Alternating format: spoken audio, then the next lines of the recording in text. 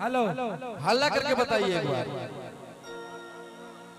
चलिए इसके लगाइए। हेलो भैया रोहित मगही जी, इसके लग रहा है सृष्टि गाएगी आपके साथ। ओके भैया पहली बार मगही गाना गाए हैं और आप लोग इतना प्यार दिए कि गाना बज रहा है, अच्छा खासा उस पर रील भी बन रहा है।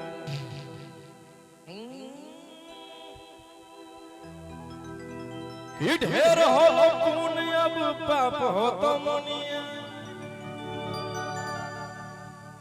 कि राइफल से आज हम बजेबो हारमोनिया, सारा रंगदार के इशारा पर नचैबो, राइफल से आज हम बजेबो हारमोनिया। यही मेलोडी की लाइन डाला कि अब सर से ऊपर होता पानी पिया, क्या बात है, कि सारा जेल के हम खेल जाना तानी पिया, कैसे लड़ लगी कैसे लड़ लगी कैसे लड़ लगी जाओ तेरी रानी पिया, कैसे लड़ लगी जाओ तेरी रानी पिया।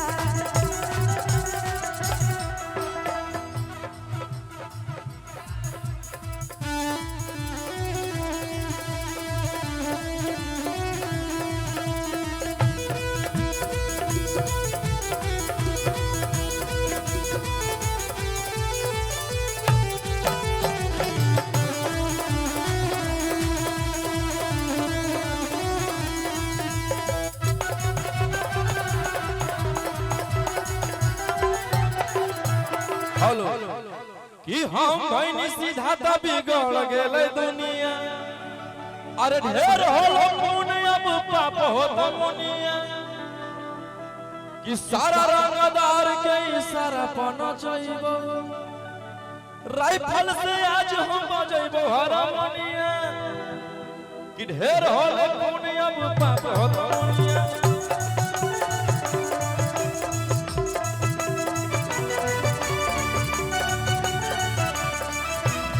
भैया भैया अभी अभी आप लोग इतना प्यार दे रहे हैं कि जैसे आप लोग भोजपुरी को प्यार दे रहे हैं वैसे ही मगही को प्यार दे रहे हैं, क्योंकि मगही भी मेरा बिहार का ही भाषा है और मगही का जब भी नाम आता है तो पहले जेले स्टार के आएगा, पहले रोशन रोही आएगा तभी दूसरा में कोई आएगा। और मेरी एक बहुत ही अच्छी मूवी आ रही है जेल स्टार,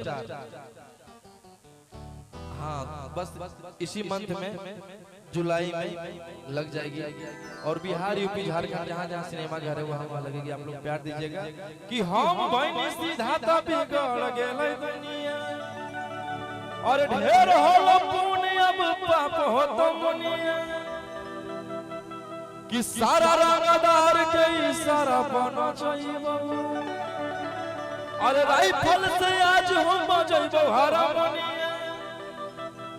कि अब सर से ऊपर होता पानी पिया, सारा जेल के हम खेल जाना तानी पिया, कि कैसे लड़ लगी कैसे लड़ लगी कैसे लड़ लगी जाओ तेरी रानी पिया, कैसे लड़ लगी जाओ तेरी रानी पिया।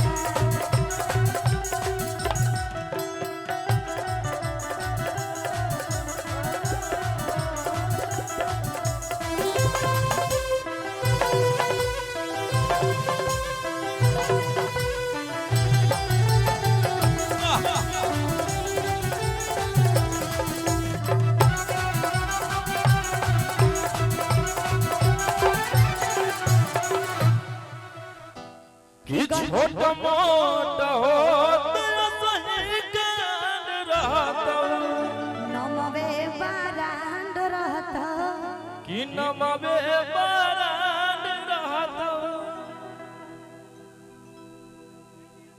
और बहुत ही जेल यात्रा को भी आप लोग बहुत सारा प्यार दिए हैं, जितना भी गाना आ रहा है सारे 100 मिलियन 50 मिलियन। कि पंडित जी से छौड़ा तोर देख लियो पतारा,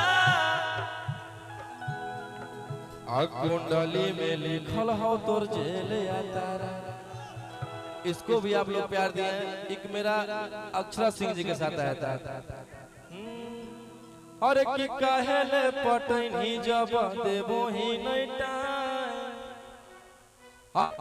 करे के उम्र में तू करो ही करा कि कैसे कटतो जिंदगी जब हो वैसन हर शुरुआत में ही रहियो नहीं अकेले सौ सौ गुंडा रहो साथ में दिन में खोज ले चलो पुलिसिया मिले ले अइबो रात में। इसको भी आप लोग 60-70 मिलियन प्यार दिए कि मर्डर करबही तो कटिली कमर। अमरपाली जी के साथ इसको भी प्यार दिए हैं और बहुत ही जल्द फिर से एक ब्लास्ट गाना आ रहा है और वो कुछ नया आएगा। इस बार भोजपुरी की हीरोइन नहीं रहेगी, अलग रही, अलग इंडस्ट्री से रही। रसियन तो जब चाहेगी तो तब कर देगी, रसियन कहाँ बसती है। हाँ सृष्टि हम दोनों का जोड़ी बहुत बढ़िया है। मेरा जितना गाना शादी नहीं कर सकते हैं, शादी कर चुकी है। सृष्टि बहुत बढ़िया गाती है, प्यारी गाती है। और मेरा जितना गाना आया है सच, और एक मेरा कान्हा फिल्म से आया है, कल उस इवेंट था पटना में, डाइवोर्स दिया जाए कि राजा जी जदि होश में नहाइबो तो हम डाइवोर्स दे जइबो। वो भी बहुत ही बढ़िया गाना है। और आप लोग चाहते हैं कि फिर से खेसारी भैया के साथ आना चाहिए मगही गाना। बहुत ही जल्द गाना तैयार है, बस भैया फ्री होते हैं उसको गाएंगे और फिर से मगही में भैया के लिए गाना आ रहा है। और आयुष कहाँ गया मेरा? आयुष ओमकांत कहाँ गया? ये है आयुष, देखने में छोट बाकी घाव करे गंभीर। बहुत ही प्यारा नागिन हो चाहे जेल यात्रा हो, ये ओमकांत है, ओमकांत यादव पटना के डाकू भाई लिखा है।